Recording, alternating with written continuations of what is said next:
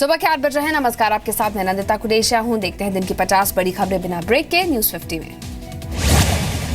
Japan के सफल 3 दिन के दौरे और असैन्य परमाणु डील के बाद स्वदेश पहुंचे पीएम मोदी। नई दिल्ली के IGI एयरपोर्ट पर किया गया शानदार स्वागत। पीएम ने काले धन और भ्रष्टाचार पर जापान से दी चेतावनी। कहा, आजादी से अब तक का लूंगा पूरा हिसाब। 31 दिसंबर के बाद बख्शे नहीं जाएंगे बेईमान। करेंसी बदलाव के बाद पहली बार सरकार के फैसले पर बोले पीएम। देशवासियों के जज्बे को किया सलाम। कहा, 30 दिसंबर तक सभी मुश्किलें हो जाएंगी हल। पीएम मोदी ने कहा, सरकार के फैसले से कालाधन गंगा में फेंकने को मजबूर है बेईमान। पहले गंगा में डाली जाती थी चवन्नी, अब बहाए जा रहे नोट। जापान में देश की अर्थव्यवस्था पर भी बोले प्रधानमंत्री मोदी। कहा, सबसे ज्यादा FDI मिल रही है भारत को। बढ़ती अर्थव्यवस्था की हर तरफ है चर्चा। आज गोवा में पीएम मोदी की रैली। नॉर्थ गोवा में ग्रीनफील्ड एयरपोर्ट और इलेक्ट्रॉनिक सिटी का शिलान्यास भी करेंगे। नोट बैन के फैसले का कांग्रेस, आम आदमी पार्टी और ममता बनर्जी ने फिर किया विरोध। कांग्रेस का आरोप, कुछ खास लोगों को लीक किया गया था नोट बैन का फैसला। वित्त मंत्री अरुण जेटली का बयान। RBI के पास पर्याप्त मात्रा में है करेंसी, लेकिन ATM सामान्य होने में लग सकता है 2 से 3 हफ्ते का वक्त। वित्त मंत्री बोले, ATM को नए नोट के मुताबिक किया जा रहा है अपडेट। अगर पहले से ये किया होता तो लीक हो जाती जानकारी। संसद के शीत सत्र में उठेगा करेंसी बैन का मुद्दा। चर्चा के लिए कांग्रेस ने दिया नोटिस। 16 नवंबर से 16 दिसंबर तक संसद का शीतकालीन सत्र। करेंसी बैन पर चर्चा के लिए राज्यसभा में नोटिस। कांग्रेस नेता आनंद शर्मा ने सत्र के पहले दिन ही चर्चा की मांग की। नोटबंदी पर केजरीवाल को महंगी पड़ी सियासत। दिल्ली में कई जगह केजरीवाल का विरोध और नारेबाजी। पीएम मोदी का किया जयकारा। पाकिस्तान ने शनिवार को जम्मू कश्मीर के केरन सेक्टर में फिर तोड़ा सीजफायर में शहीद हुआ 24 साल का जवान। राजस्थान के बनासवाड़ा का रहने वाला शहीद हर्षित बटूरिया 2 दिन के बाद घर पहुंचेगा पार्थिव शरीर। यूपी के गाजियाबाद में हिंदू आध्यात्मिक एवं सेवा मेले का आगाज किया गया। कार्यक्रम में राज्यसभा सांसद डॉक्टर सुभाष चंद्र हजारों बच्चों को पर्यावरण की शपथ दिलाते दिखाई दिए।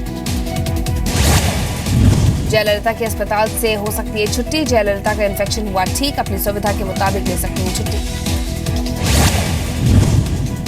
पाकिस्तान के बलूचिस्तान में एक दरगाह में बम धमाका। धमाके में 62 लोगों की मौत, दर्जनों घायल। 14 साल के हमलावर ने खुद को उड़ाया। आतंकी संगठन ISIS ने ली जिम्मेदारी।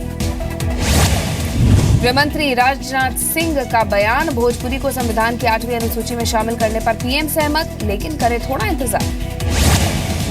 नोटबंदी पर एक्टर आमिर खान की सलाह। देश हित में लिया गया सरकार का फैसला सही। फिल्म को नुकसान की भी फिक्र नहीं। दिल्ली के रूपनगर में कुछ लोगों ने बैंक में घुसकर तोड़फोड़ की और बैंक के 2 कर्मचारियों समेत 3 लोगों को जख्मी कर फरार हो गए। दिल्ली में पैसे निकालने के लिए लगी लंबी कतार। लोगों ने सुबह से ATM खोलने का किया इंतजार। कल कई लोग नोट बदलने में रहे नाकाम। दिल्ली में नोट की किल्लत के बीच एम्स के बाहर पंजाब नेशनल बैंक ने अपनी मोबाइल ATM वैन लगाई ताकि लोगों को पैसे की दिक्कत ना हो। दिल्ली में कई दफ्तरों में 14 नवंबर की रात तक 12 बजे तक पुराने नोट बदले जाएंगे। दिल्ली के 3 निगमों में प्रॉपर्टी टैक्स के लिए लिए जाएंगे पुराने नोट। दिल्ली जल बोर्ड में भी पानी के बिल का भुगतान किया जा सकता है। इस दौरान रविवार को भी विभागों के दफ्तर खुले रहेंगे। दिल्ली में भारी भीड़ को देखते हुए दिल्ली पुलिस ने बैंकों और ATMs के बाहर तैनात की अतिरिक्त फोर्स। पैरामिलिट्री फोर्सेस के 3400 जवानों को लगाया गया। दिल्ली के शकरपुर से आम आदमी पार्टी के विधायक नितिन त्यागी पर मारपीट और जान से मारने की धमकी देने का आरोप। पुलिस ने मामला दर्ज।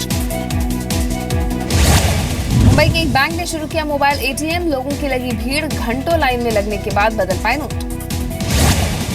मुंबई में स्टूडेंट्स ने की ATM और बैंक के बाहर कतार में खड़े लोगों की मदद। पैसा बदलने और निकालने में मदद की। महाराष्ट्र कांग्रेस के अध्यक्ष अशोक चौहान का शिवसेना अध्यक्ष उद्धव ठाकरे पर निशाना। बड़े नोटों की पाबंदी पर नाटक करने का आरोप। महाराष्ट्र के पूर्व CM और कांग्रेस नेता नारायण राणे के खिलाफ ईडी में शिकायत दर्ज। बीजेपी सांसद किरीट सोमैया ने दी शिकायत। गुजरात सूरत नगर निगम के प्रॉपर्टी टैक्स में एक दिन में मिले 37 करोड़ रुपए। टैक्स जमा करने के लिए लगी लोगों की भारी भीड़। MP के देवास में भिखारी के पास मिले 500 और 1000 के नोटों के 98,000 रुपए। नोट बंद होने से भिखारी परेशान। बैंक में नहीं है अकाउंट। 500 और 1000 के नोट बंद होने पर एमपी के छतरपुर में अफरा तफरी। लोगों ने राशन दुकान में की लूटपाट। दुकान मालिक ने पुराने नोट लेने से इनकार किया। केरल की राजधानी तिरुवनंतपुरम में बैंक में भारी भीड़। बदले गए पुराने नोट, लेकिन करना पड़ा लंबा इंतजार। हैदराबाद में बैंक की शाखाओं में लोगों की भारी भीड़। लोग करते रहे अपनी बारी का इंतजार। भोपाल के कई बैंकों में नोट एक्सचेंज बंद। बैंक से खाली हाथ लौटे ग्राहक। बैंक के बाहर लगाया ताला। गुरुग्राम के कई एटीएम में नहीं पहुंचा कैश। एटीएम के बाहर लगाया कैश नहीं होने का बोर्ड। कुछ एटीएम्स पर लंबी कतार में दिखे। नोएडा के ज्यादातर एटीएम रहे बंद। एटीएम से सड़क तक नीचे बैठे लोग। पैसे मिलने से देश भर में हुई परेशानी। छत्तीसगढ़ के कोंडागांव और नारायणपुर पुलिस के जॉइंट ऑपरेशन में ढेर हुआ 3 लाख का इनामी नक्सली। ऑपरेशन के दौरान पकड़े गए 2 नक्सली। एमपी के सतना में पलटी ट्रैक्टर ट्रॉली। हादसे में 8 लोगों की मौत। नियंत्रण खोने की वजह से पलटी ट्रॉली। बीजेपी यूपी विधानसभा चुनावों के लिए अभी तय नहीं करेगी सीएम का चेहरा। बीजेपी के राष्ट्रीय अध्यक्ष अमित शाह ने दिया बयान। कहा, कई राज्यों में बगैर सीएम प्रोजेक्ट किए जीता है चुनाव। लखनऊ में अमित शाह ने बीजेपी के रथ को दिखाई हरी झंडी। लोगों के मन की बात जानने के लिए 75 रथों को किया रवाना।